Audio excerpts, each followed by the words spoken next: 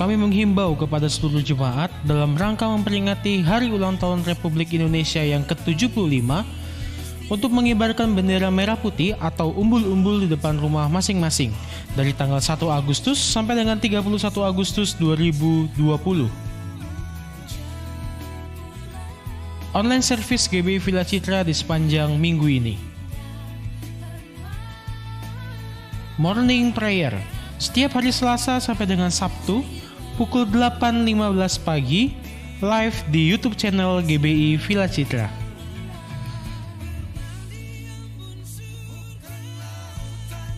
Live Prayer setiap hari Jumat pukul 7 malam live di YouTube channel GBI Villa Citra.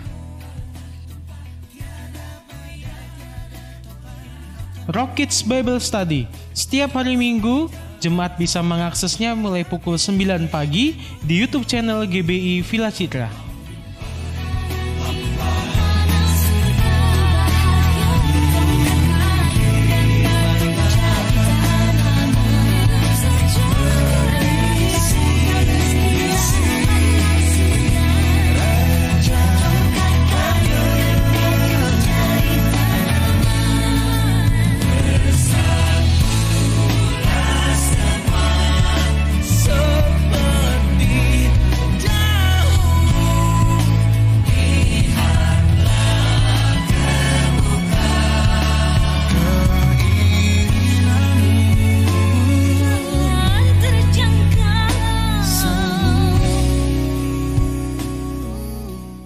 Warga kerajaan Shalom. Shalom. Shalom. Shalom. Lebih semangat lagi bersama-sama. Shalom. Shalom. Kita bersyukur karena Tuhan terlalu baik. Amin. Kita disertai sepanjang kehidupan kita. Sampai hari ini Tuhan Yesus tetap baik. Kita bersama akan memulai ibadah kita. Untuk jemaat Tuhan yang di rumah yang menyaksikan secara live streaming juga, mari bersama kita siapkan hati kita. Kita bersama bangkit berdiri jemaat Tuhan.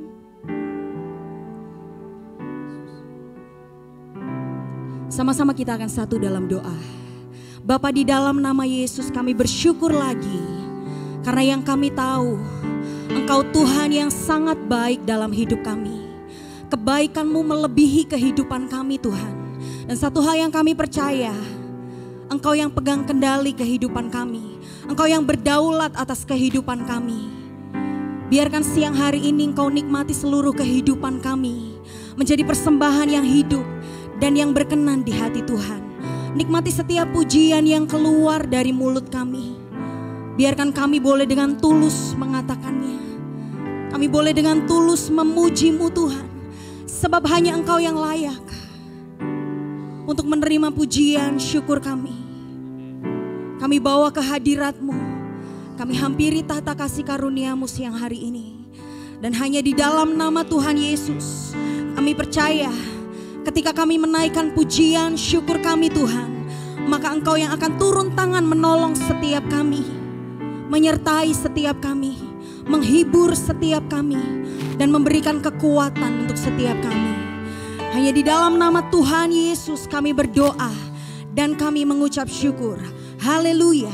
Kita bersama-sama katakan amin. Kita masuk dalam hadirat Tuhan lebih lagi. Dan mari naikkan doa kita, ucapan syukur kita yang terbaik.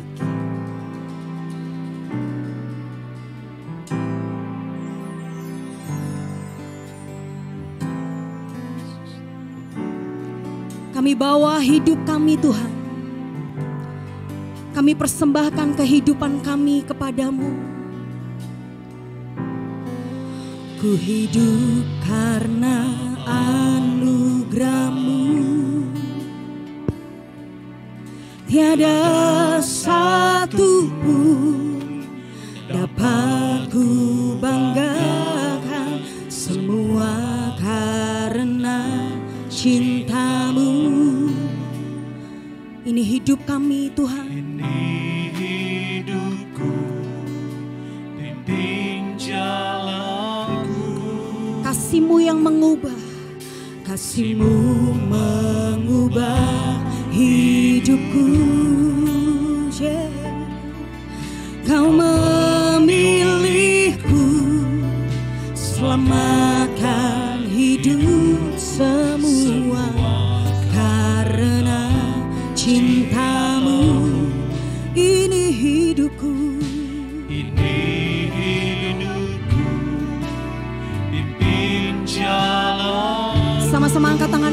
hadirat Tuhan nyatakan, Yesus pegang erat tanganku, ku tak dapat hidup di luar kasih-Mu.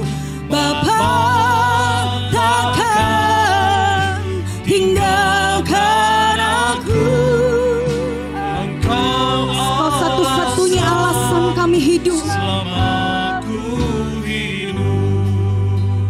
Mari renungkan pujian ini mengalir dari hatimu. Ku hidup karena anugerah-Mu, tiada satu pun dapat ku banggakan, semua karena cinta-Mu. Ini hidupku, pimpin jalanku, kasih-Mu mengubah hidupku. Kau memilihku, selamatkan hidup semua karena cinta. Ini hidupku, pimpin jalanku. Yesus pegang erat tanganku, ku tak dapat hidup di luar kasih-Mu. Bapa takkan tinggalkan aku. Engkau alasan selama ku hidup. Kalau kita boleh ada sampai hari ini, bukan karena alasan lain. Tidak ada alasan yang cukup kuat selain kita bertahan, kita hidup karena Tuhan. Naikkan pujian ini, biar ini boleh menjadi doamu di hadapan Tuhan. Mulai percaya, mulai sepakat dengan firman Tuhan.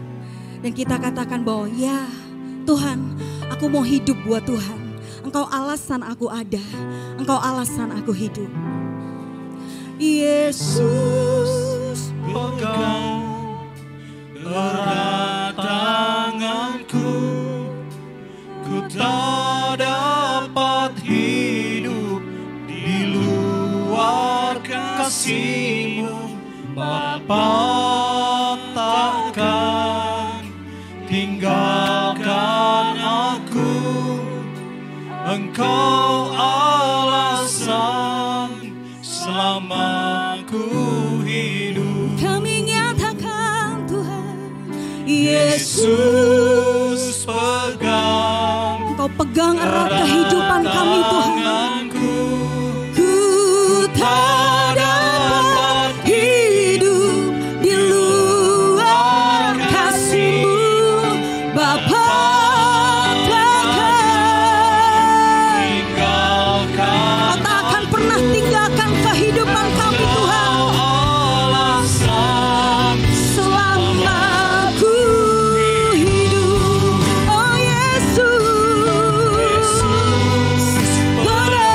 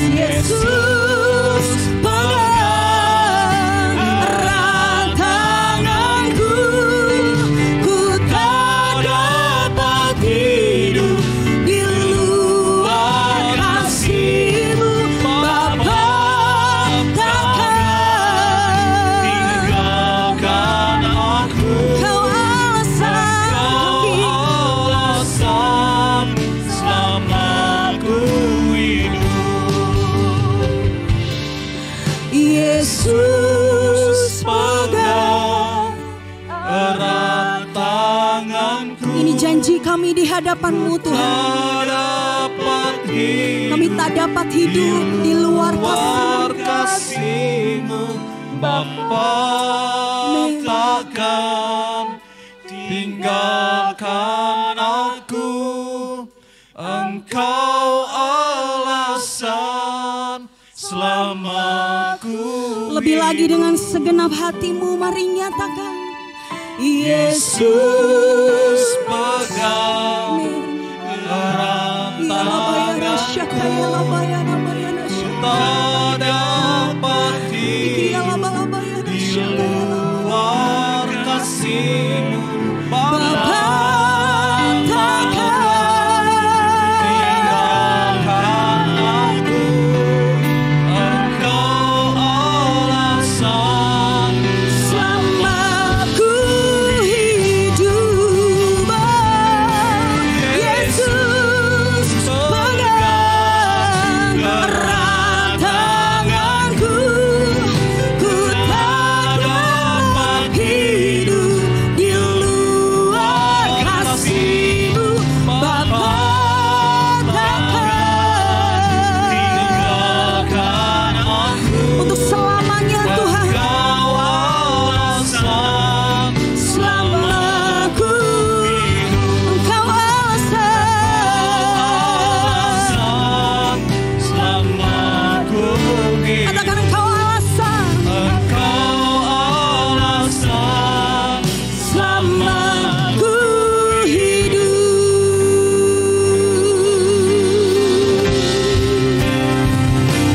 Engkaulah Tuhan, Engkaulah Raja. Engkau berdaulat penuh atas hidup kami Tuhan. bulat atas hidupku. Ku berserah Mari lebih lagi nyatakan Engkaulah Tuhan, Engkaulah Raja.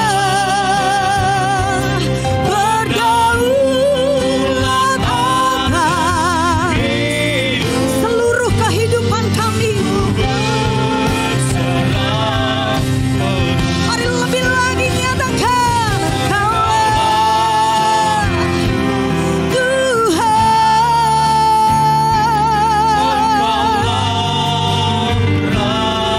Raja kami Tuhan. Berdaulat atas hidupku. Ku berserah penuh. Engkaulah Tuhan. Terima kasih Tuhan. Engkaulah Raja. Kau berdaulat penuh atas hidup kami. Berdaulat atas hidupku. Ku berserah I surrender all Jesus. Kaulah Tuhan. Engkaulah Kaulah Tuhan. Raja. Berdaulat atas. hidup Kami naikkan doa kami Tuhan. serah Dengan iman percaya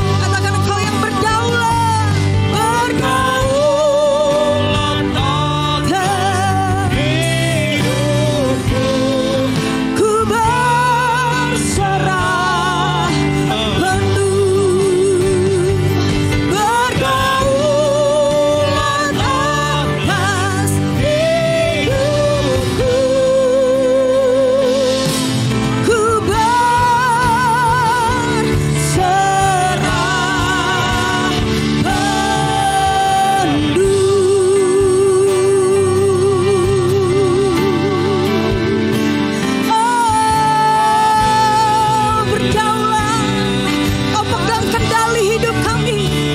Kau yang ditinggikan, ditinggikan, ditinggikan. Nama-Mu Tuhan ditinggikan. Ya laba-laba yang asyik kaya labane. Kami menyembah-Mu Tuhan Yesus.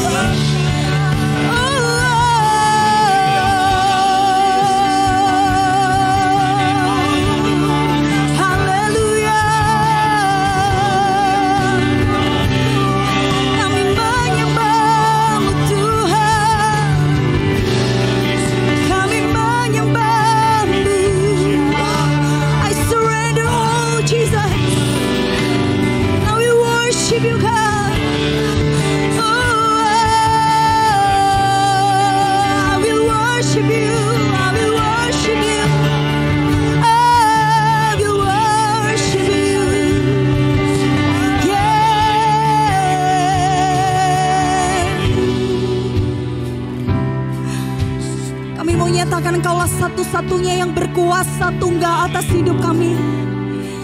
Engkau yang ada di dalam setiap kehidupan kami Tuhan. Bahkan Engkau yang pegang erat kehidupan kami. Apapun yang terjadi yang kami percaya, Engkau tidak akan pernah melepaskan setiap kami. Sebab kami biji mata-Mu, kami berharga, kami mulia. Dan Engkau berkenan atas setiap kami umat-Mu Tuhan.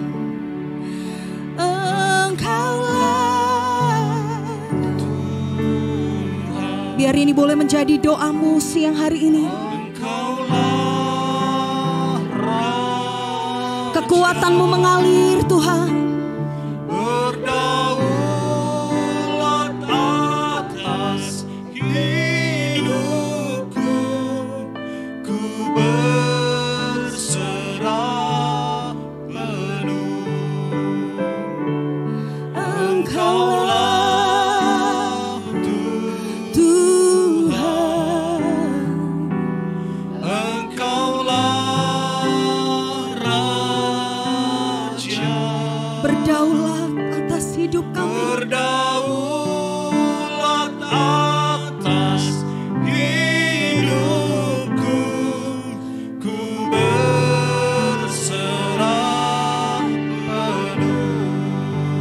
berdaulat. Berdaulat atas. Kami terima di dalam nama Yesus. Ku berserah penuh. Berdaulat atas hidupku, ku berserah.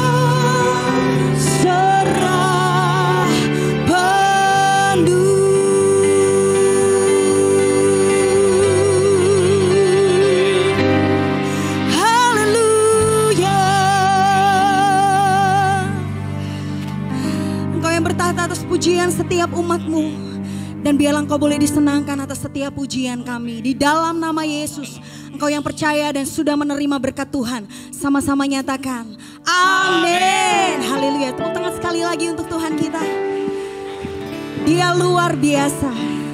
Dia adalah Tuhan segala Tuhan, Raja segala Raja, nama di atas segala nama. Amin. Kita akan sama-sama pujikan pujian ini dengan penuh kekuatan, dengan penuh sukacita. Praise God. Boleh tepuk tangan sama-sama di atas kepala.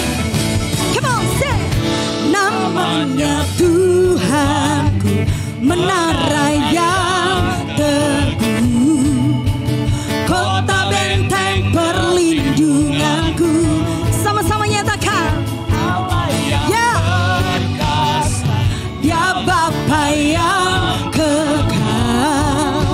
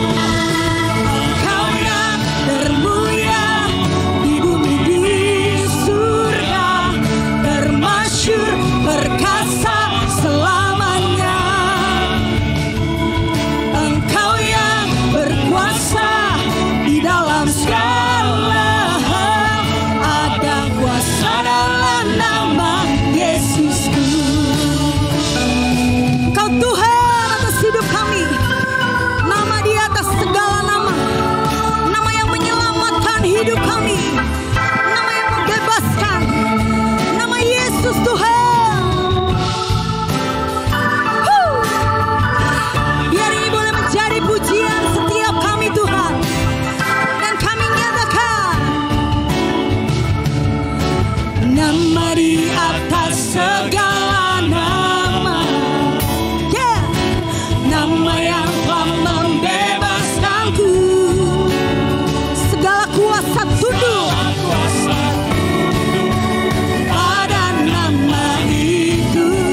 Yesus Tuhan, segala Tuhan. Here we go. Nama di atas segala nama. Yeah. Nama yang telah membebaskanku. Segala kuasa tunduk pada nama itu. Yesus Tuhan, segala raja. Engkau yang termulia, Engkau yang termulia di bumi di surga, termasyhur perkasa untuk selama-lamanya Tuhan. Engkau yang Di dalam nama Tuhan Yesus ada kuasa dalam nama Yesus. Kami percaya dengan iman kami Tuhan, Kau Allah yang perkasa, Allah yang besar dalam hidup kami Tuhan. Mari nyatakan sama-sama, Yesus Kaulah Raja dalam hidupku. kuasa percaya, Katakan Yesus Kau Raja dalam hidup. berkuasa berjaya. Katakan Yesus Kaulah Raja dalam hidupku. Kuasa percaya, Katakan nama Yesus. bisa Raja dalam hidup. Kuasa Haleluya. namanya, Hanya Kau Tuhan, sumber kekuatan, kuasa-Mu curang. bagiku Haleluya. Dengan Tuhan kami akan berjalan penuh kemenangan bersama Tuhan. kemuliaan sampai Katakan dari kemuliaan. dari In the name of Jesus. sampai Katakan dari kemuliaan. Amin. sampai Untuk selama-lamanya. Haleluya. Kami angkat pujian kami Tuhan yang terbaik. Haleluya. Berikan tepuk tangan yang panjang buat Tuhan Yesus. Haleluya. Dia Tuhan yang luar biasa, amin.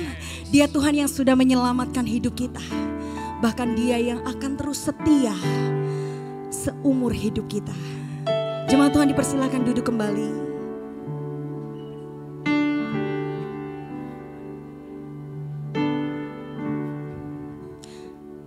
Setelah ibadah ini selesai, Bapak Ibu, jemaat Tuhan dapat memberikan persembahan di kotak yang tersedia di depan. Baik, kita akan bersama memberikan persembahan.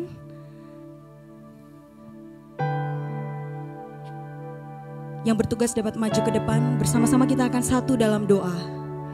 Kita berdoa, Bapa di dalam nama Yesus kami bersyukur untuk segala kebaikan Tuhan. Kami rindu memberikan yang terbaik. Lewat kesempatan siang hari ini kami percaya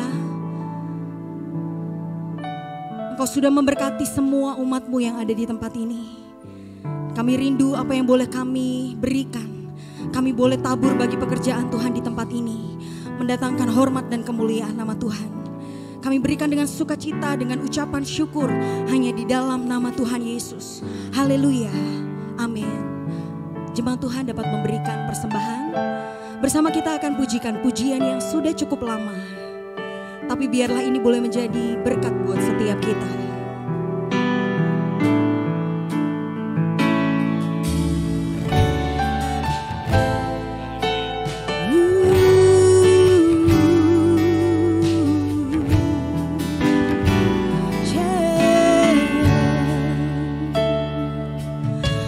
Engkau gembala yang baik, Kau menuntun hidupku.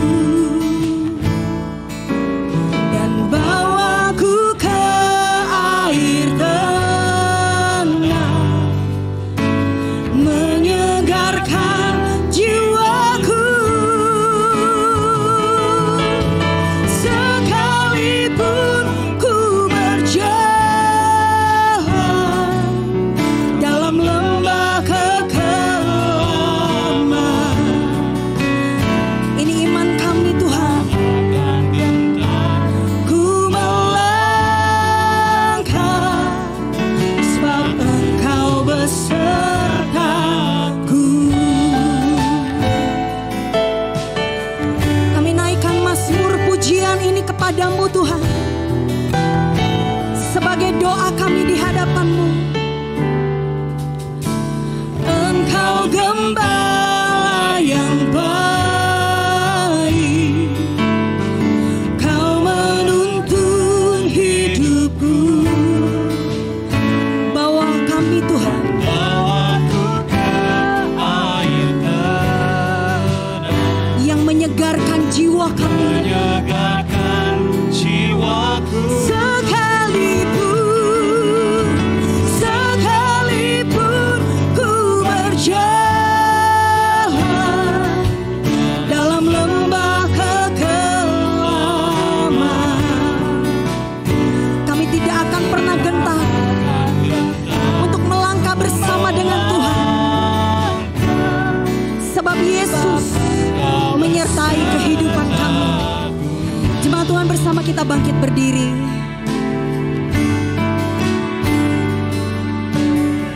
Kami bersyukur kepadamu Tuhan. Mari bersama katakan, Engkau gembala yang baik, Kau menuntun Hidupku, Dia akan menuntun hidup kita. bawaku ke air tenang, Yes Lord Jesus. Menyegarkan jiwaku. Sekalipun ku berjalan dalam lembah kekelaman,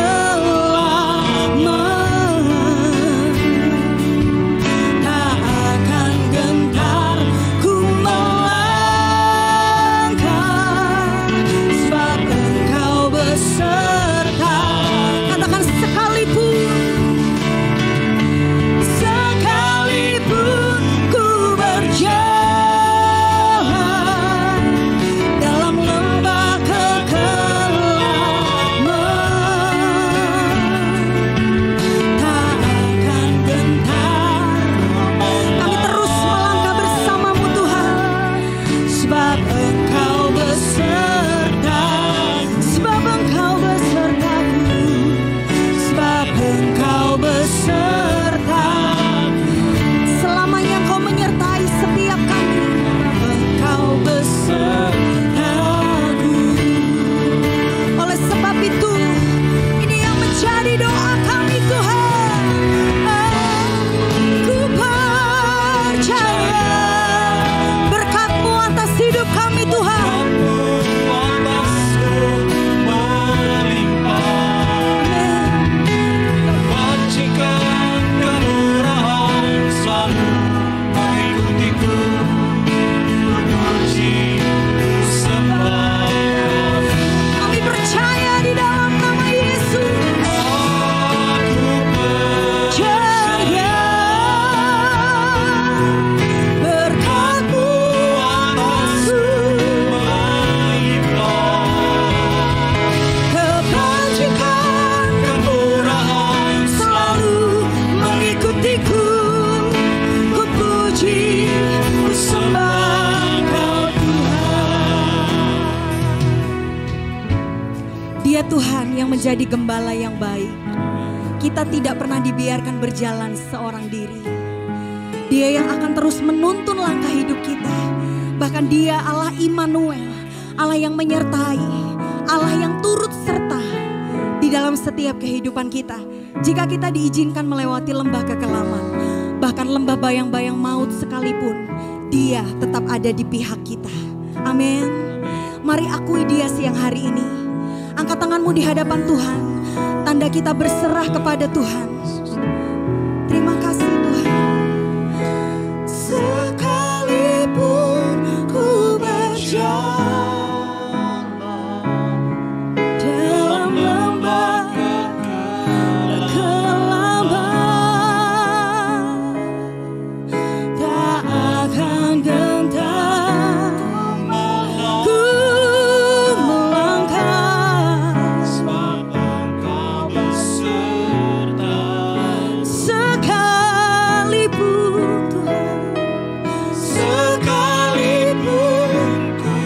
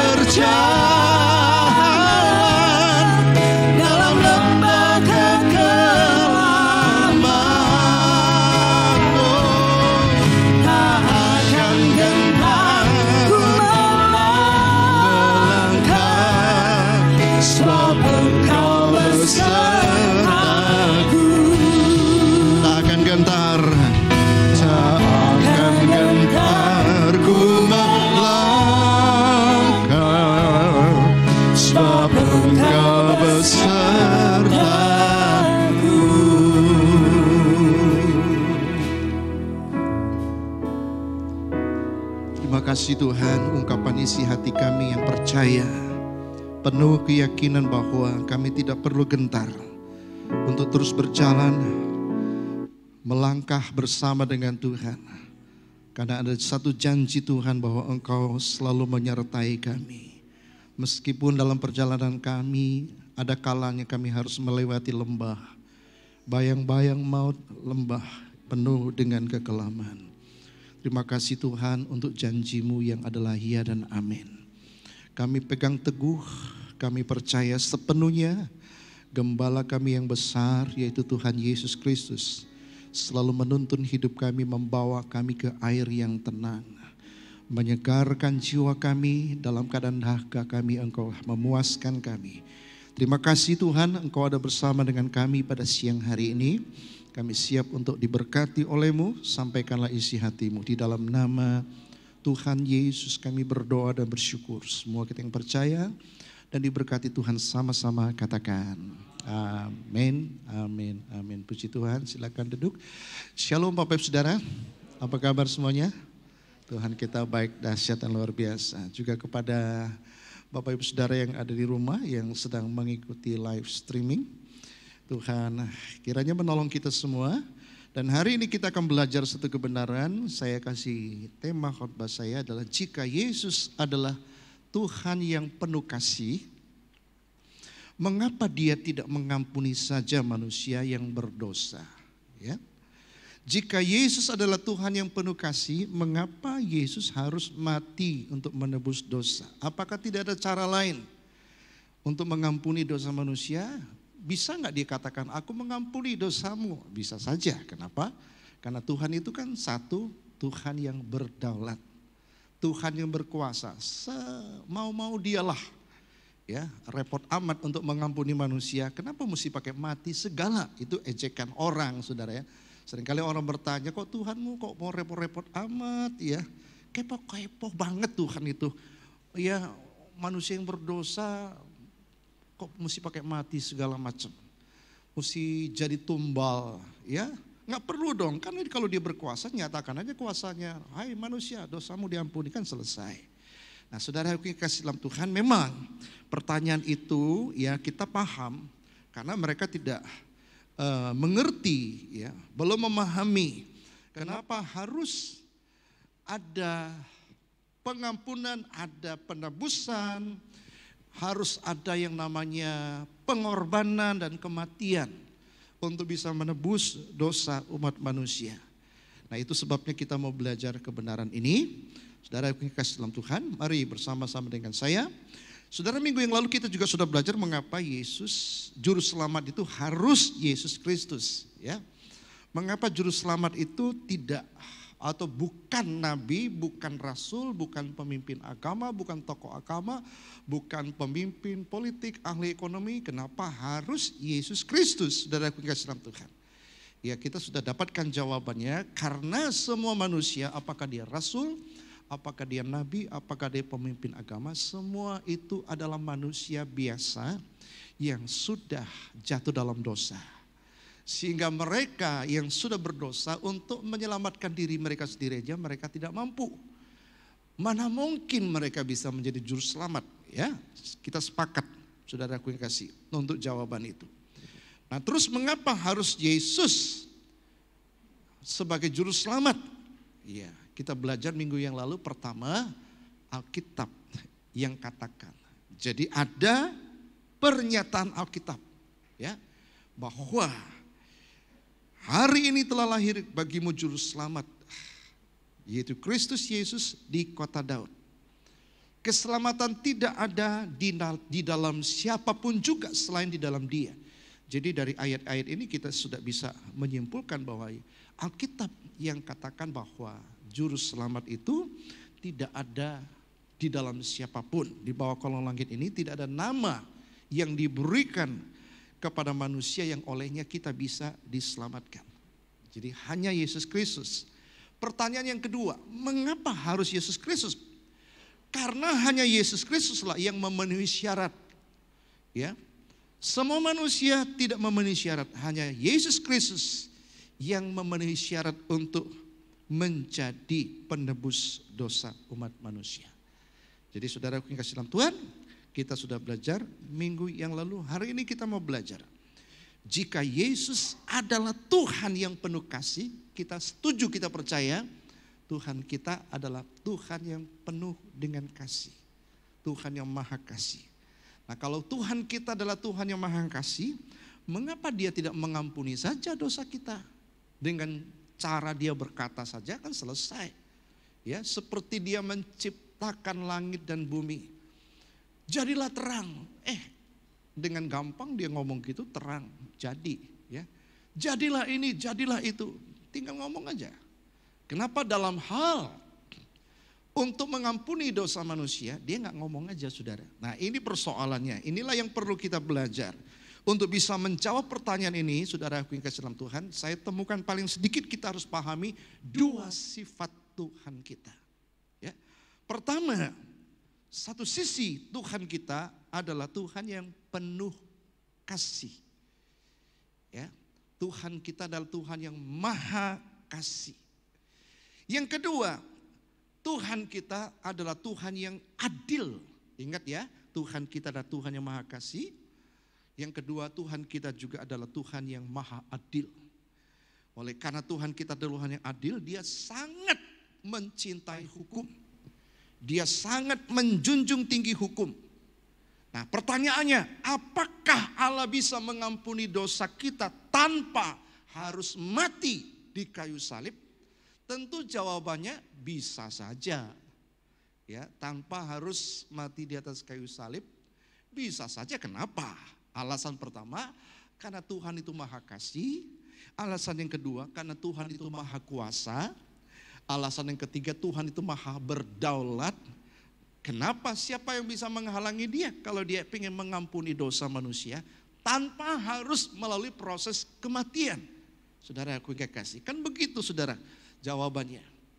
Kalau kita belajar kedua sifat Tuhan ini, maka persoalannya jadi berbeda. Kalau Allah mengampuni manusia tanpa menghukum manusia yang berdosa, maka Allah melanggar prinsip keadilannya. Kan kita belajar Tuhan itu sifatnya maha kasih, kedua sifatnya maha adil kan saudara. Dua-dua ini tidak boleh dilanggar. Ya saudara aku yang kasih. Jikalau Allah mengampuni dosa manusia tanpa menghukum manusia yang berdosa, bukankah Allah itu melanggar keadilannya? Ya pasti saudara menjawab iya ya. Nah, sebaliknya kalau Allah menghukum dosa manusia tanpa mengampuni, bukankah Allah yang melanggar prinsip kasihnya? Jadi dua-dua ini tidak boleh dilanggar. Dua-dua itu harus jalan bersama-sama. Keadilan Allah menuntut manusia agar manusia sempurna menjalankan perintah Allah. Hal ini saudara bisa dapatkan di dalam Matius 5 ayat 48 di mana Yesus berkata kepada orang Yahudi, ya, orang Farisi, saudaraku yang kekasih pada saat itu, karena itu haruslah kamu sempurna sama seperti Bapamu yang di sorga adalah sempurna. Jadi saudara, standar Tuhan itu untuk bisa selamat, untuk bisa masuk sorga, itu harus sempurna. Saudara yang kasih dalam Tuhan ya. Pertanyaannya, manusia mana yang sempurna di dunia ini? Kalau saudara jawab, oh bukankah semua manusia sudah jatuh dalam dosa, berarti nggak sempurna dong. Kalau nggak sempurna berarti nggak bisa masuk surga. Oh iya, kan jelas begitu saudara. Karena standarnya Tuhan itu harus sempurna. Ketika Adam dan Hawa jatuh dalam dosa, saudaraku yang kasih, Tuhan berikan satu perintah. Dia gagal memenuhi satu perintah. Sehingga dosa masuk ke dalam tubuh manusia. Kutuk datang dalam kehidupan manusia. Maut itu menjalar ke semua orang yang berdosa karena ketidaktaatan satu orang atas satu perintah, yaitu Adam. Nah, kita lihat ayatnya saudara. Ya, Kejadian 2 ayat 17, tetapi pohon pengetahuan baik tentang Tetapi pengetahuan tentang yang baik dan jahat itu jangan kau makan buahnya. Sebab pada hari engkau memakannya, pastilah engkau mati. Perhatikan kata mati. Di mana ada dosa, di situ ada kematian. Ya, di mana ada pelanggaran dosa, di situ kematian menunggu, saudara. Lalu kita lihat Roma pasal ke-5 ayat 12. Sebab itu, sama seperti dosa telah masuk ke dalam dunia oleh satu orang, yang dimaksud satu orang ini adalah Adam, dan oleh dosa itu juga maut. Perhatikan, di mana dosa, di situ ada maut. Demikianlah maut itu telah menjalar kepada semua manusia, karena semua orang telah berbuat dosa. Jadi kita melihat, saudara, sehingga dari dua ayat ini kita menemukan bahwa tidak ada satu manusia yang tidak berdosa. Karena satu orang, hanya gara-gara satu orang, semua orang itu terjangkit. Ya, saudara, dikatakan menjalar, dosa itu menjalar seperti pandemi COVID-19. Jadi dosa itu lebih mengerikan dari pandemi COVID-19 ini, saudara. Ya, data terakhir yang terupdate terkini, saudara aku kasih, di Indonesia ini sudah ada sekitar 123.500 orang yang terkena positif COVID-19. Saudara aku kasih, kalau di dunia ini totalnya semua ada sekitar 20 juta orang yang kena, ya. Dari penduduk dunia yang sekarang ini 7,7 miliar, saudara aku kasih dalam Tuhan. Nah, satu-satunya cara untuk memutuskan mata rantai itu adalah harus melalui vaksin. Tapi vaksin sampai hari ini belum ditemukan.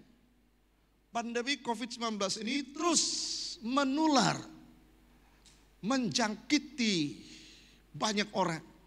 Sebelum ada vaksinnya ditemukan, maka sampai hari ini kita belum aman sebenarnya. Makanya ya, pemerintah menganjurkan kita harus selalu menggunakan 3 hal paling sedikit. 1, selalu cuci tangan. 2, selalu menggunakan masker. Ya, kemarin saya lihat ada polisi sama ABRI gitu ya, menghentikan orang yang pakai motor tanpa pakai masker. Ya, dihentikan, disuruh push up, kakinya ke atas. Jadi lucu sekali, saudara. Itu bentuk hukuman supaya kamu harus taat. Karena kondisi sekarang ini belum aman dari pandemi, dari penyebaran COVID ini. COVID ini masih ada di mana-mana, kira-kira seperti itu. Maka orang itu diberi peringatan, diberikan hukuman dengan cara push up, saudara aku yang kasih dalam Tuhan. Ya. Nah, yang ketiga itu selalu jaga jarak, social distancing. Maka kita lakukan ibadah pun atas anjuran pemerintah. Kita tidak boleh melanggar aturan ini. Saudara, pertama kita tes suhu kita, kedua cuci tangan, ya saudara, pakai masker, pakai hand sanitizer, masuk ke dalam ruangan yang sudah disterilkan, duduk tetap dalam kondisi physical standing, ya distancing, saudara aku yang kasih dalam Tuhan.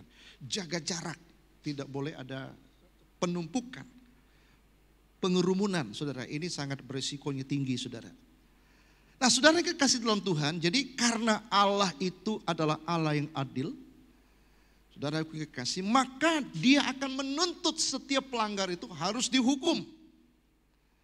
Tapi sisi lain Allah itu Maha Kasih. Dia nggak mau orang yang melanggar itu dihukum. Jadi gimana kalau begitu solusinya, saudara? Ya, solusinya bagaimana, saudara dalam Tuhan? Nah, pertanyaannya yang kedua, apakah Yesus harus mati untuk menebus dosa manusia?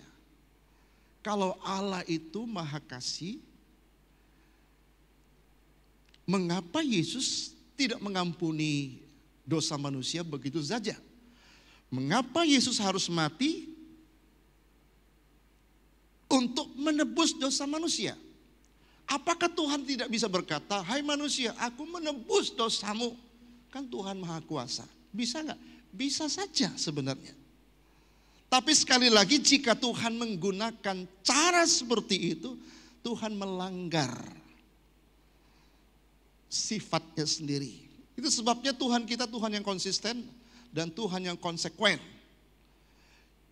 Tuhan yang adil, yang salah harus dihukum. Tapi sisi lain Allah Maha Kasih tidak mau menghukum. Tuhan itu mau mengampuni. Nah, caranya bagaimana pengampunan itu bisa sampai.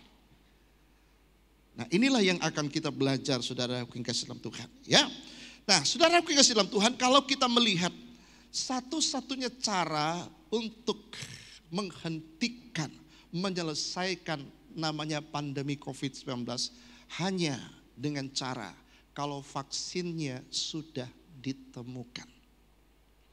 Sebelum vaksinnya ditemukan, maka pandemi ini, penyebaran COVID ini di seluruh dunia dalam posisi yang tidak aman. Dia akan terus menyebar kemana-mana, makanya orang yang kena positif ini terus setiap hari meningkat. Di Amerika 5 jutaan orang, banyak sekali yang kena positif, saudara. Indonesia sudah 123.500 orang.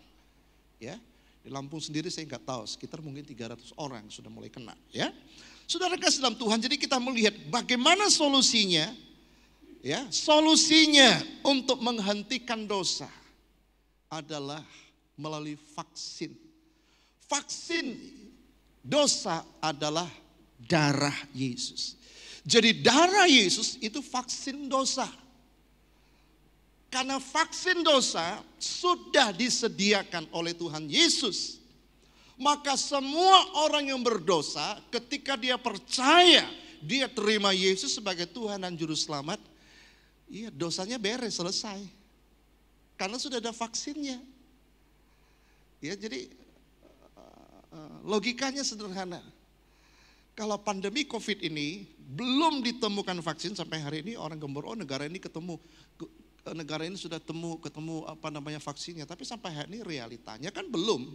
Semua itu hanya coba berusaha untuk menemukan vaksinnya. Ya, kalau sudah ada vaksinnya, semua pemerintah diharuskan, rakyatnya harus menggunakan vaksin ini, maka bebas, amanlah mereka dari ancaman pandemi COVID-19. Tetapi sebelum ketemu vaksin, saudara punya potensi untuk kena COVID, maka dari itu, kalau saudara ingin jauh lebih aman, satu, di rumah saja. Tapi pertanyaannya, masa di rumah terus? Orang kan mesti bekerja cari makan. Nah, kalau memang harus keluar rumah cari makan, pakailah masker terus menerus, cucilah tangan sesering mungkin, jagalah jarak dimanapun kita berada. Itu pun bukan berarti kita bebas dari COVID, bisa saja kita kena COVID. Cuman paling tidak mengurangi ya tertularnya COVID, terpaparnya COVID dalam diri kita. Tapi pertanyaannya, sampai kapan kita terus-menerus hidup seperti ini? Bahaya COVID ini akan terus mengancam, kecuali COVID-nya sudah ditemukan. Sama halnya dengan dosa manusia. Alkitab berkata, gara-gara satu orang, gara-gara satu Adam, seluruh manusia itu sudah tertular dosa. Jadi tidak ada satu manusia yang tidak berdosa. Dan akibat dosa itu harus mati. Itu pelanggaran hukum. Jadi bagaimana cara mengatasi penghukuman ini? Cara mengatasi, saudaraku yang kekasih, pelanggaran, akibat pelanggaran ini, saudara. Dari dosa, kematian kekal selama-lamanya. Harus ada vaksinnya. Vaksin dosa adalah melalui darah Yesus Kristus. Nah, kita lihat ayatnya dalam Ibrani pasal 9 ayat 22. Dan hampir segala sesuatu disucikan menurut hukum Taurat dengan darah, ya. Dan tanpa penumpahan darah tidak ada pengampunan. Saudara, kita lihat pada waktu pertama kali Adam dan Hawa jatuh dalam dosa, apa yang Tuhan katakan? Dari benih perempuan ini, maksud benih perempuan ini akan lahir seseorang yang akan meremukkan kepala daripada iblis. Ya. Terus Ketika manusia jatuh dalam dosa, apa yang dilakukan oleh Tuhan? Tuhan membuat ibadah simbolik untuk menutupi dosa. Pertama kali Adam dan Hawa jatuh dalam dosa itu melalui penumpahan darah. Seekor binatang yang disembelih untuk bisa mengambil kulitnya, mengenakan kepada tubuh manusia yang sedang telanjang. Manusia berusaha untuk menutupi ketelanjangannya dengan daun ara. Tapi Tuhan tidak mau, ya, perbuatan manusia, usaha manusia untuk menutupi dosanya dengan caranya sendiri. Tuhan menggantikan dengan cara Tuhan sendiri, yaitu harus ada penumpahan darah.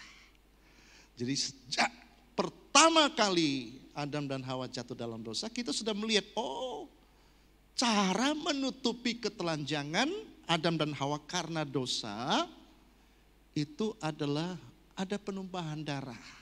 Maka ayat ini berkata, tanpa penumpahan darah tidak ada pengampunan.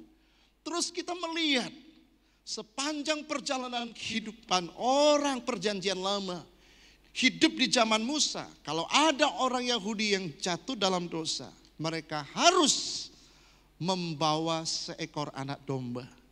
Seekor anak domba yang dibawa itu harus tidak bercacat celah. Dengan perkataan lain, domba itu harus sempurna. Ya. Nah, misalnya saya ini orang Yahudi, saya hidup di perjanjian lama. Saya tahu bahwa saya ini sudah berdosa, dalam 1 tahun banyak dosa yang saya lakukan. Maka saya harus bawa domba. Saya pergi ke tempat penjualan domba. Saya tanya, mana domba yang untuk mempersembahkan? Oh, ini semua domba ini sudah dipersiapkan. Domba yang tidak ada cacat. Saya beli dengan sejumlah uang. Lalu domba itu saya bawa di hadapan imam. Imam itu akan periksa domba ini, saudara. Dari ujung kepala sampai ke ujung kaki. Dan tidak boleh ada sedikit pun yang cacat. Ketika imam melihat domba ini betul-betul tidak ada cacatnya, bahwa imam ini akan katakan, sekarang saya sebagai orang yang berdosa harus meletakkan tangan, menumpangkan tangan di atas domba itu. Begitu saya meletakkan tangan, saudaraku yang kekasih, dosa saya sepanjang tahun itu mengalir, transfer ke atas domba. Ini belum selesai. Caranya gimana? Supaya betul-betul dosa saya pindah. Domba yang tak bercacat ini jadi tumbal. Dia harus betul-betul menanggung dosa saya. Dia harus mati. Maka imam itu akan memberikan saya pisau. Saya harus bunuh domba ini. Ketika saya potong, darahnya mengalir keluar. Nah, ketika terjadi penumpahan darah, maka dosa saya sepanjang tahun sudah selesai ditanggung oleh seekor domba yang tak bercacat celah. Lalu imam berkata, sekarang kamu boleh pulang, dosamu sudah selesai. Saya pulang, tinggalkan tempat ini. Tapi dosa saya sepanjang tahun sudah selesai. Sepanjang tahun tidak mungkin sebagai manusia saya tidak berdosa. Saya pasti berbuat dosa. Tahun depan saya bawa domba lagi. Diperiksa lagi. Tumpang tangan lagi. Dibunuh lagi. Nah, apa yang dilakukan oleh bangsa Israel itu adalah ibadah simbolik namanya. Hakikatnya belum datang. Jadi domba yang disembelih, domba yang menanggung dosa saya, saudaraku yang kekasih, ini merujuk kepada Yesus Kristus. Makanya Yohanes berkata dalam Yohanes 1 ayat 29, lihatlah anak domba Allah yang mengangkut dosa isi dunia. Jadi Yesus Kristus harus datang ke dalam dunia untuk mengangkut dosa isi dunia. Itu ibadah simbolik, saudara. Jadi pertanyaannya, saudaraku yang kekasih, apakah Yesus harus mati untuk menebus dosa manusia? Iya, enggak ada cara lain. Apakah Allah tidak bisa mengampuni dosa manusia tanpa harus mengorbankan Yesus mati di atas kayu salib? Sebenarnya sih bisa. Tapi Tuhan tidak boleh melawan kodratnya. Allah itu memang maha kasih. Dia memang mau mengampuni. Tapi sisi lain dia juga Allah yang maha adil. Dosa itu harus dihukum. Jadi saudaraku yang kasih, apa yang terjadi? Ya, kita melihat ayat berikutnya. Yesus Kristus, Roma 3:25, telah ditentukan Allah menjadi jalan pendamaian karena iman dalam darahnya. Jadi yang bisa mendamaikan manusia dengan Allah hanya darahnya, darah Yesus Kristus. Begitu kita percaya kepada Yesus Kristus, kita beriman kepada Yesus Kristus, darah Yesus yang mati di atas kayu salib itulah menjadi pendamai antara kita yang tadinya bermusuhan dengan Allah karena dosa. Kita diperdamaikan oleh darahnya. Jadi dalam kekristenan, iman kekristenan itu darah itu sangat amat terlalu penting. Itu sebabnya setiap bulan sekali minimal semua gereja pasti melakukan yang namanya perjamuan Tuhan. Dalam perjamuan Tuhan itu kan ada dua elemen. Satu, tubuh Tuhan Yesus, roti yang kita makan itu. Satu lagi, anggur, itu darah Tuhan Yesus. Kita ingat peristiwa di mana Yesus menumpahkan darahnya untuk menebus dosa umat manusia. Itulah vaksin dosa. Darah Yesus itu vaksin dosa. Jadi vaksin dosa nggak bisa lewat amal, nggak bisa lewat perbuatan. Nggak bisa lewat ritual-ritual, ibadah, puasa, melakukan ini, melakukan itu, nggak bisa. Vaksinnya cuman hanya darah. Darah siapakah? Darah Yesus. Karena darah Yesus itu yang memenuhi syarat. Darah manusia lain tidak memenuhi syarat. Karena semua manusia sudah berdosa sama dengan kita. Bagaimana darah sama-sama berdosa bisa menebus orang berdosa. Apalagi darah binatang. Tapi Pak, perjanjian lama kenapa pakai binatang? Itu simbol. Sebelum Yesus datang, hakikatnya sebelum datang, perjanjian lama itu menggunakan anak domba yang tak bercacat, itu melambangkan Yesus Kristus, simbol. Nah sekarang kan Yesus sudah datang, itu sebabnya kenapa jalan pengampunan dosa itu harus ada pengorbanan, harus ada penumpahan darah. Kenapa harus Yesus mati? Bukankah Allah yang maha kuasa, Allah maha kasih, dia tinggal ngomong aja. Ya bisa sih, tapi Tuhan tidak pernah memakai cara, ya seenaknya aja Tuhan mengampuni orang yang bersalah gak dihukum, berarti Tuhan melanggar keadilannya sendiri. Tuhan melanggar sifatnya sendiri. Nah saudaraku yang kekasih, Tuhan kita bukan modelnya seperti itu, ya. Nah di situ kita sudah menemukan jawabannya. Kalau ada orang menyerang kita, loh katanya Tuhan lu penuh kasih. Kenapa Tuhan gak mengampuni aja? Kan bisa dong. Kita sudah temukan jawabannya, oh gak bisa. Tuhan kita memang maha kasih. Dia mau mengampuni orang berdosa. Tapi Tuhan saya juga maha adil. Karena Tuhan maha adil, orang berdosa harus dihukum. Jadi solusinya bagaimana? Satu sisi dia mau mengampuni, dia tidak mau menghukum. Tapi sisi lain dia tidak bisa, tidak menghukum karena dosa, harus dihukum. Solusinya cari pengganti. Siapa yang bisa mengganti manusia yang berdosa? Cari di dunia, nggak ketemu manusia yang memenuhi syarat untuk menggantikan dosa saya. Karena semua manusia sudah berdosa. Cari nabi-nabi, nabi juga berdosa. Cari rasul-rasul, rasul juga berdosa. Cari pemimpin, tokoh agama, semua juga berdosa. Enggak memenuhi syarat. Karena semua manusia di dunia ini tidak memenuhi syarat. Enggak ada. Cari di atas. Kalau di atas kan Tuhan. Tuhan enggak boleh mati. Dan enggak bisa mati. Kalau Tuhan mati, dia bukan Tuhan. Jadi satu-satunya cara supaya Tuhan bisa mati, Tuhan harus inkarnasi. Tuhan harus menjelma jadi manusia dulu. Maka datanglah Yesus Kristus dari sorga. Kita tahu ceritanya kan? Dia lahir di mana? Semenjak Maria mengandung Yesus Kristus. Saudaraku yang kekasih.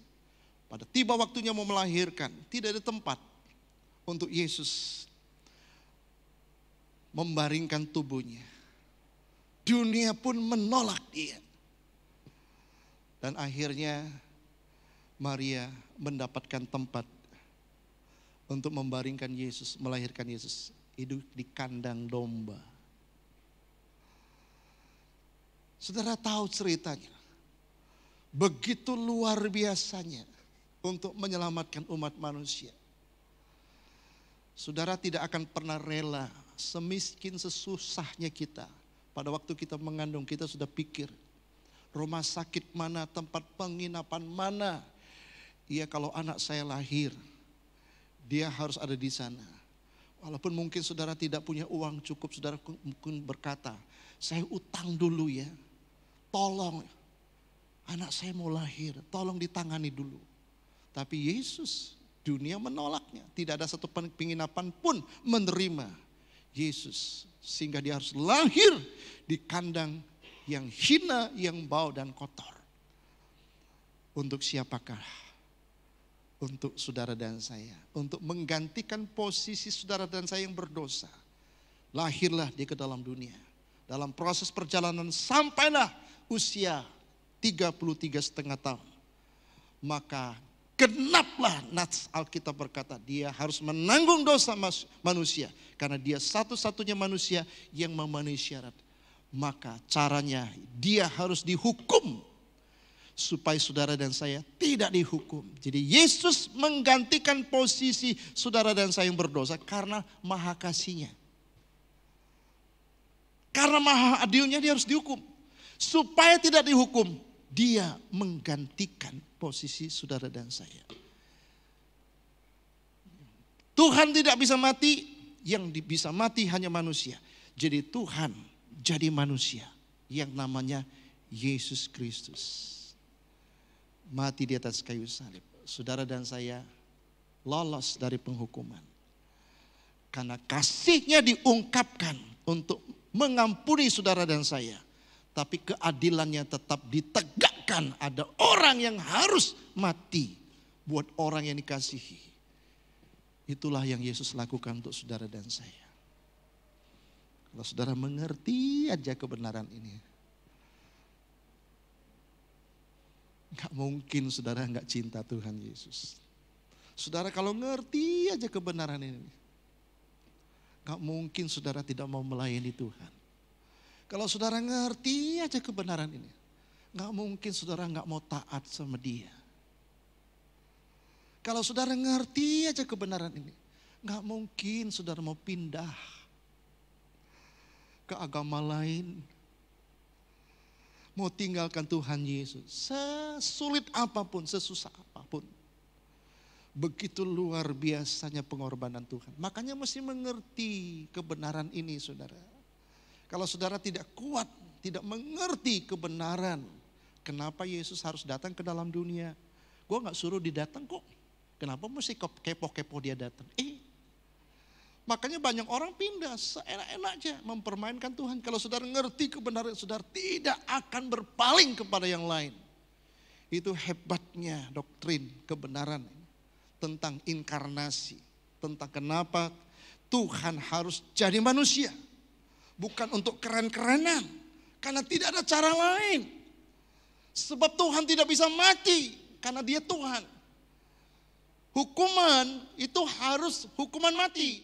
Karena dosa. maka Tuhan harus jadi manusia dulu.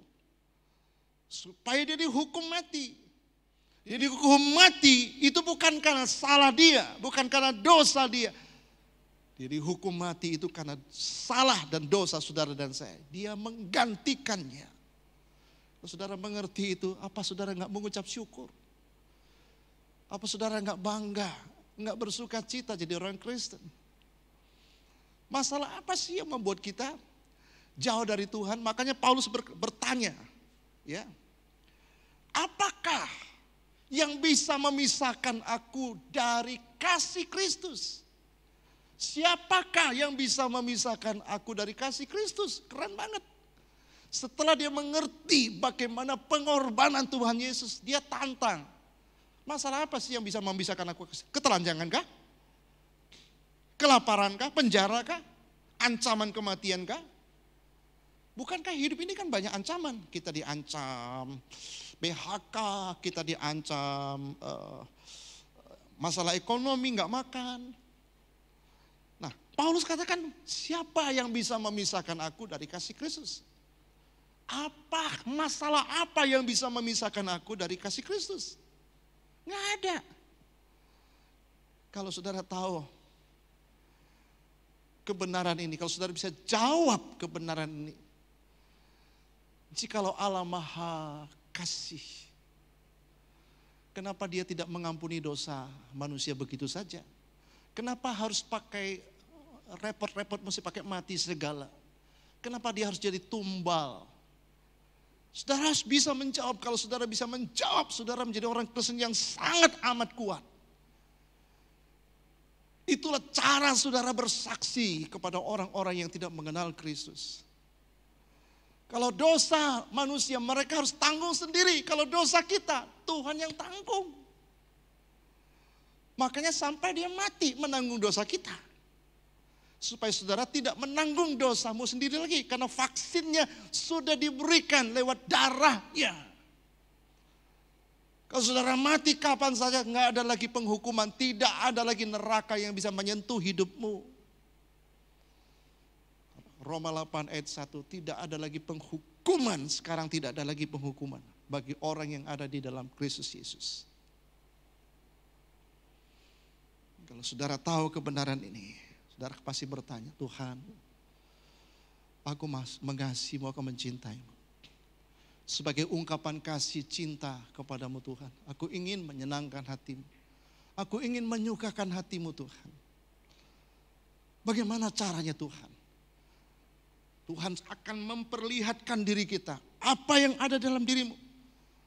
Tuhan, di dalam diri saya ada talenta. Di dalam diri saya ada berkat, ada kesehatan, ada kekuatan, ada kemampuan. Nah Tuhan mau, itulah yang kamu lakukan untuk menyenangkan hati Tuhan. Hidupmu bukan lagi bersungut-sungut, marah-marah, kecewa, curiga sama Tuhan. Hidupmu cuma setiap saat memikirkan bagaimana caranya saya bisa menyenangkan hati Tuhan. Sampai kapanpun saya tidak bisa membalas kebaikan Tuhan yang saya alami lewat kematian dan pengorbanannya, lewat penumpahan darahnya karena dosa saya. Sehingga hari ini saya ada sebagaimana ada. Saya diberikan jaminan untuk hidup kekal selama-lamanya. Oleh sebab itu sementara kita ada di dunia ini, Tuhan mau kita lakukan sesuatu untuk menyukakan dan menyenangkan hatinya. Saya berdoa, saya berharap ketika saudara mengerti kebenaran ini, saudara sungguh-sungguh menjadi orang Kristen yang luar biasa, kuat. Ya. Roma pasal 5 ayat 19, jadi sama seperti oleh ketidaktaatan satu orang ini, siapa yang tidak taat di Taman Eden? Tuhan kasih cuma satu larangan. Buah pohon pengetahuan baik dan jahat, jangan, Tuhan bilang, jangan kamu makan buahnya. Sebab pada waktu kamu makan, kamu pasti mati. Ini sudah larangan. Satu larangan. Enggak taat. Siapa enggak taat? Adam dan Hawa tidak taat. Gara-gara tidak taat, satu orang dikatakan semua orang telah menjadi orang berdosa. Ini pandemi saudaraku yang kekasih. Penyebaran dosa. Semua manusia sudah berdosa. Tapi sudah ada vaksinnya untuk penawar dosa. untuk menghilangkan dosa. Ya, kalau pandemi COVID-19 belum ketemu, semua negara berjuang untuk menemukan vaksin ini. Karena negara yang menemukan vaksin ini, negara ini akan kaya raya. Karena semua manusia akan diberi vaksin dengan alasan keselamatan. Sama halnya dosa. Yesus datang menawarkan vaksin dosa melalui darahnya. Ya. Nah, oleh sebab itu satu-satunya cara untuk bisa menyelesaikan dosa manusia adalah melalui inkarnasi. Ya, Allah harus berinkarnasi, Allah menjadi manusia melalui Yesus Kristus, supaya Yesus Kristus inilah ketika dia mati menumpahkan darahnya, maka semua dosa manusia ditanggung olehnya. Kita lihat mengapa inkarnasi, ada beberapa alasan. Alasan yang pertama, ya saudara, pertama untuk meneguhkan perjanjian Allah melalui benih perempuan. Kita sudah bahas minggu yang lalu. Lalu diteruskan kepada bapak-bapak leluhur, yaitu Adam, Nuh, Abraham, Ishak dan Yakub. Saudara lihat ada banyak ayatnya. Saya sudah kutip beberapa ayat ya. Kalau ada waktu kita bisa diskusikan ini secara luar biasa. Saudara akan menjadi orang yang kuat, mengerti, memahami kebenaran firman Tuhan. Alasan yang kedua kenapa Yesus harus mati di atas kayu salib, kenapa Allah harus berinkarnasi melalui Yesus Kristus, ya, untuk menggenapi hukum Taurat, menggenapi kitab Mazmur, menggenapi kitab nabi-nabi.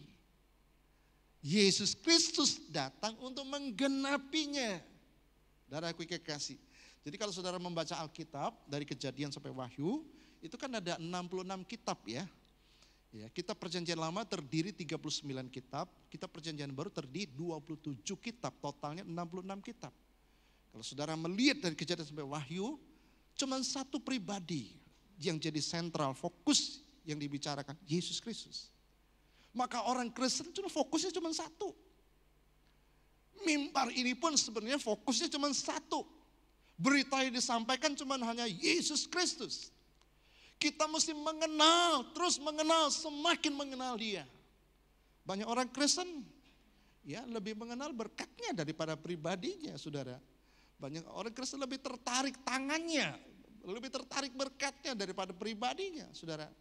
Ya, saudara nggak bakal mau mengawini perempuan yang pengen harta saudara, atau engkau tidak mau menikah dengan seorang laki-laki. Kalau laki-laki tahu engkau punya harta, dia tidak mencintaimu. Di dunia aja kita menolak, dia mau sama saya cuma mau harta saya aja, nggak mau. Tapi kita perlakukan Tuhan seperti itu. Kita mau Tuhan, cuma mau berkatnya aja. Kita ke gereja, cuma cari berkatnya aja. Kita nggak pernah bertanya, Tuhan bagaimana saya mengasihimu, mencintaimu, menyenangkan hatimu.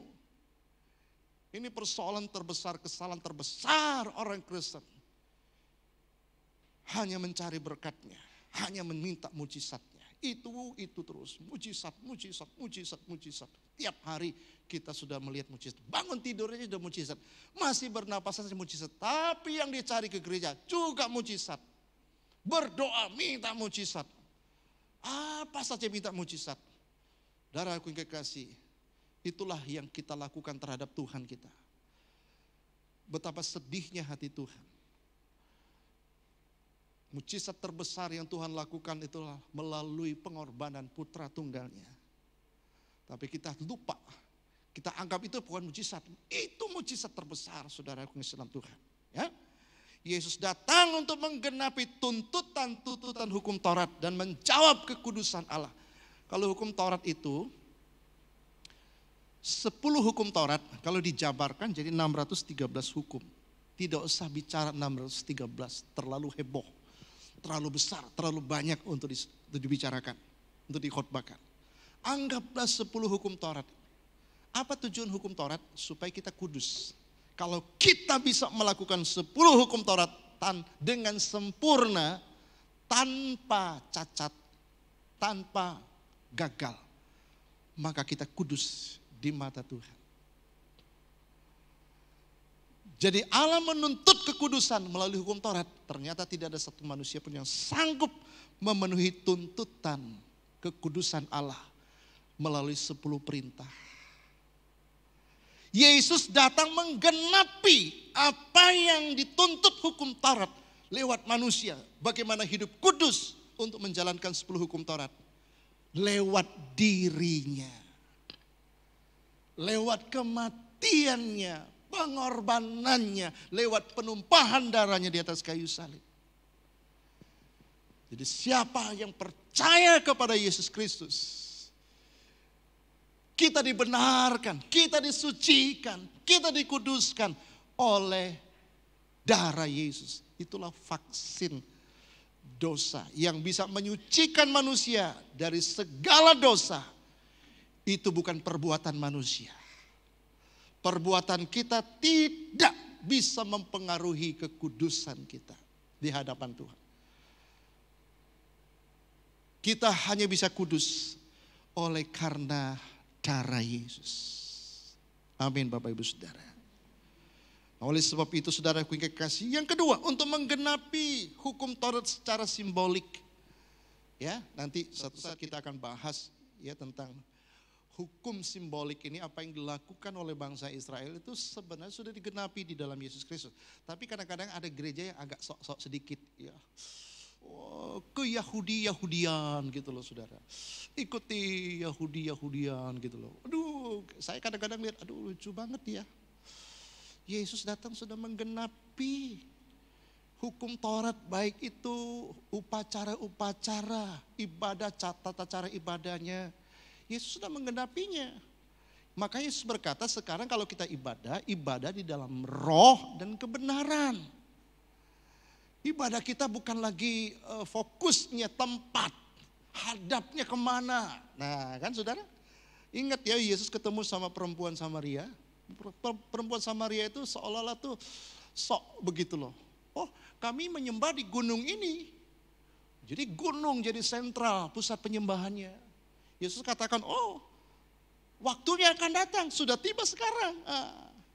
Yesus bicara tentang dirinya. Bahwa kita menyembah bukan lagi di sana, bukan di sini, bukan di Yerusalem, bukan di mana. Tapi menyembah dalam roh dan kebenaran. Nah bicara roh kebenaran, inilah hakikat penyembahan. Jadi penyembahan kita yang Tuhan lihat pertama itu hatimu. Ingat loh saudara, kekristenan itu agama hati. Yang Tuhan nilai itu hati loh saudara. Kita bisa style apapun, perform kita sebagus apapun, hati kita yang Tuhan sorot. Yang Tuhan lihat itu hatimu, motivasimu apa? Saya sebagai hamba Tuhan saya banyak ketemu orang menggebu-gebu pelayanan. Tapi kalau motivasinya salah, ujung-ujungnya hancur. Tinggalin pelayanan. Kenapa? Motifnya. Tapi kalau dia melayani dengan motivasi yang benar, nggak perlu tuh, nggak perlu apa, tidak perlu menuntut penghargaan, tidak perlu menuntut ini. Hati kita untuk Tuhan. Saya melayani, kamu melayani untuk siapa? Untuk siapa kamu melayani? Untuk apa kamu? Tuhan Yesus. Nah kalau kita ngerti seperti itu, hal-hal yang bukan esensi. Maksudnya hal-hal yang tidak perlu diperdebatkan. Kenapa jadi kita perdebat panjang, harus kita jadi musuhan. Itu bukan esensi. Kalau saudara ingin betul-betul awet dalam pelayanan, tidak perlu sakit hati tersinggung. Kalau hatimu mencintai Tuhan, mengasihi Tuhan, kamu melayani dengan cara seperti itu, no problem dengan siapapun saudara. Manusia sudah gagal dalam hal ini. Melayani Tuhan, beribadah harus dalam roh dan kebenaran. Yesus itu loh kebenaran kita. Fokus kita harus Yesus. Roh itu berbicara hati yang paling dalam. Jadi sentral kita itu hati. Berilah dengan hati yang mengasihi. Layanilah dengan hati yang mengasihi. Bernyanyilah Menyembahlah dari hati yang mencintai dan mengasihi. Semua ukurannya di hati, saudara. Sampai hari ini, saya terus memeriksa hati saya. Jangan sampai saya melenceng dari motivasi yang gak benar. Sebagaimana saya melayani Tuhan dari nol, dari gak punya apa-apa. Ya, dari naik oplet, saudara aku kasih dalam Tuhan, naik motor.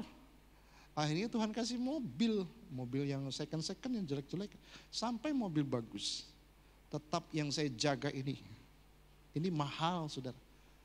Tempat tahtanya Tuhan tuh di sini, bukan di gedung ini, di sini, saudara. Jadi esensi kekristenan itu hati, agama hati. Hatimu gak beres, selesai, saudara. Gak bakal bertahan.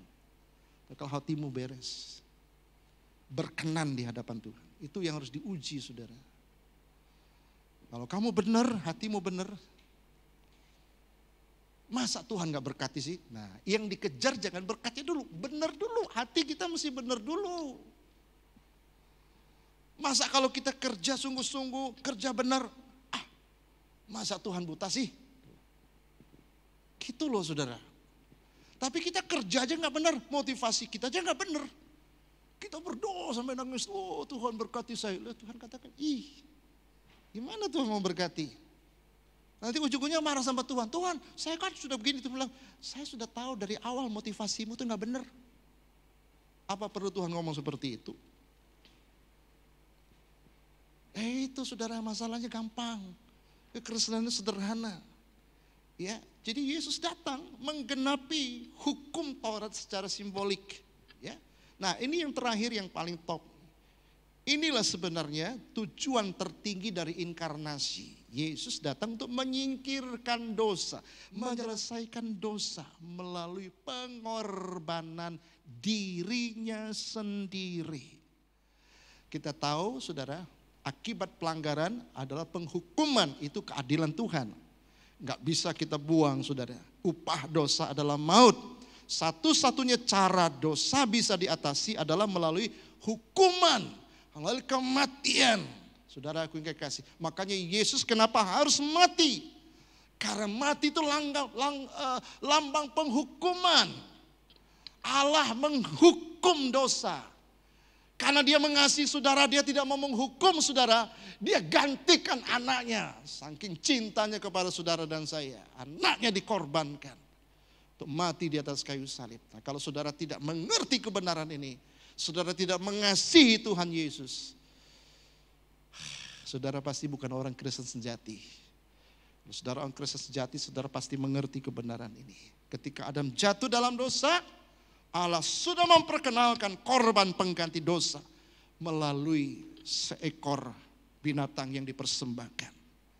Inilah merupakan simbol pengorbanan Tuhan Yesus sampai Kristus datang.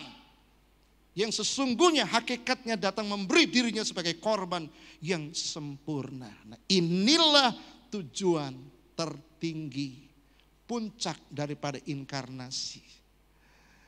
Jadi pertanyaannya, apakah Yesus yang penuh kasih harus bisa mengampuni dosa kita tanpa pengorbanan? Enggak bisa. Harus lewat Yesus Kristus. Inilah kekristenan, saudara. Kalau di luar sana mereka berjuang untuk mengatasi, menanggung dosa mereka dengan usaha, berbuat amal, kebaikan, ibadah, ritual, lakukan ini, lakukan itu. Untuk mengejar keselamatan yang tidak jelas dan tidak pasti. Vaksin itu tidak bisa dilakukan dengan cara berbuat amal dan kebaikan. Vaksin dosa itu hanya bisa diselesaikan dengan darah Yesus Kristus. Tuhan Yesus menolong kita, membuat kita mengerti, memahami kebenaran ini. Saudara menjadi orang Kristen yang sejati, yang kuat. Bangga banget dengan Tuhan. Bangga banget dengan kekristenan yang menyandang di dalam hidupmu. Orang Kristen, kenapa Kristen? Ini bicara soal pengampunan di mana Yesus mati untuk dosa dan kesalahan saudara dan saya. Kalau saudara mengerti kebenaran ini, saudara akan luar biasa menjalani kehidupan Kristen dengan penuh semangat, penuh sukacita. Ya, nggak akan terpengaruh dengan masalah COVID. Makanya saya nggak mau pusing terlalu. Ngapain kita khotbah COVID, gede-gedein COVID? Khotbahkan tentang Tuhan Yesus. Ajak jemaat mengenal Tuhan Yesus. Ya, kita tidak mencari masalah dengan COVID, menantang COVID. COVID ini terjadi karena Tuhan izinkan. Tidak ada sesuatu yang terjadi tanpa izin Tuhan. Tuhan izinkan ini terjadi. Untuk bisa kita mengerti, bisa membuat pembanding. Iya, hanya dengan COVID satu orang, mulai satu orang yang ada di Wuhan, China sana. Semua manusia di muka bumi terpapar. Demikian juga satu orang yang tidak taat, yang berdosa. Semua manusia terpapar dengan dosa. Oleh karena vaksin COVID belum ditemukan, maka COVID ini merajalela. Terus saudaraku yang kekasih, nyebar kemana-mana. Karena vaksinnya belum ditemukan. Tapi vaksin dosa sudah ditemukan lewat pengorbanan Tuhan Yesus. Yesus datang menawarkan vaksin melalui darahnya. Sehingga dosa kita sudah divaksinasi oleh darah Yesus. Sehingga dosa saudara dan saya sudah ditanggung oleh Tuhan Yesus. Ketika saudara mati, kapan, di mana saja, saudara mendapatkan jaminan untuk hidup kekal selama-lamanya. Tidak ada lagi dosa yang membawa penghukuman, tidak ada lagi dosa yang membawa saudara masuk ke neraka, tidak ada lagi dosa yang membawa saudara binasa. Oleh karena darah Yesus, itulah vaksin dosa yang sudah berlaku atas hidup saudara. Mari kita bangkit berdiri saudara. Kita nyanyikan satu nyanyian, silakan.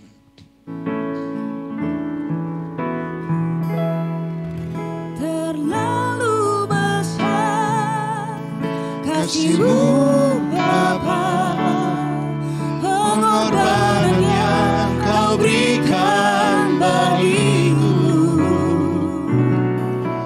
Terlalu mahal darah-Mu Yesus, tercurah untuk menebus hidupku.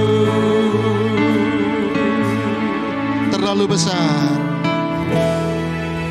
Terlalu besar kasih-Mu Bapa, Pengorbanan yang Kau berikan bagiku. terlalu mahal darah-Mu Yesus, Tercurah untuk menebus hidupku.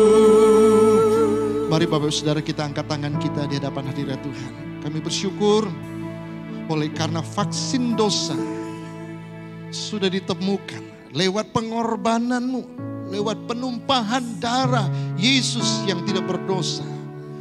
Rela menjadi berdosa karena dosa dan kesalahan kami. Sehingga setiap kami orang yang berdosa, ketika kami percaya Yesus sebagai Tuhan dan Juru Selamat, kami menemukan vaksin dosa kami. Sehingga tidak ada satu manusia yang tidak diselesaikan dosanya. Lewat kematian-Mu di atas kayu salib, semua dosa kami sudah ditanggung oleh Tuhan Yesus. Terima kasih Tuhan untuk pengorbanan-Mu, terima kasih untuk darah-Mu, terima kasih untuk kematian-Mu di atas kayu salib. Hanya dengan cara Engkau mati di atas kayu salib, Engkau menggantikan kami yang harusnya dihukum, tapi Engkau rela, Engkau yang menerima hukuman itu. Sehingga kami adalah orang yang beruntung menerima anugerah, menerima kasih karunia itu secara cuma-cuma. Dengan menyadari dan memahami kebenaran ini ya Tuhan, kami tidak bisa tinggal diam. Kami ingin bersaksi tentang kasih-Mu, tentang pengorbanan-Mu kepada siapapun yang kami temui. Dengan mengerti dan memahami pengorbanan-Mu Tuhan, kami ingin menyenangkan hati-Mu, ingin melayani Engkau dengan segala berkat yang Tuhan berikan dalam hidup kami. Mungkin itu melalui talenta yang Tuhan beri, kekuatan, kesehatan, hikmat, akal budi kami. Bahkan berkat kami, apapun yang Tuhan titipkan dalam hidup kami. Kami ingin melayani, menyukakan dan menyenangkan hati-Mu. Terima kasih Tuhan untuk semua yang Kau lakukan dalam hidup kami. Dan akhirnya Bapak Ibu yang kekasih dalam Tuhan, pulanglah. Karena Tuhan memberkati engkau dan melindungi engkau. Tuhan menyinari engkau dengan wajahnya dan memberikan engkau kasih karunia. Dan Tuhan menghadapkan wajahnya kepadamu dan memberikan engkau damai sejahtera.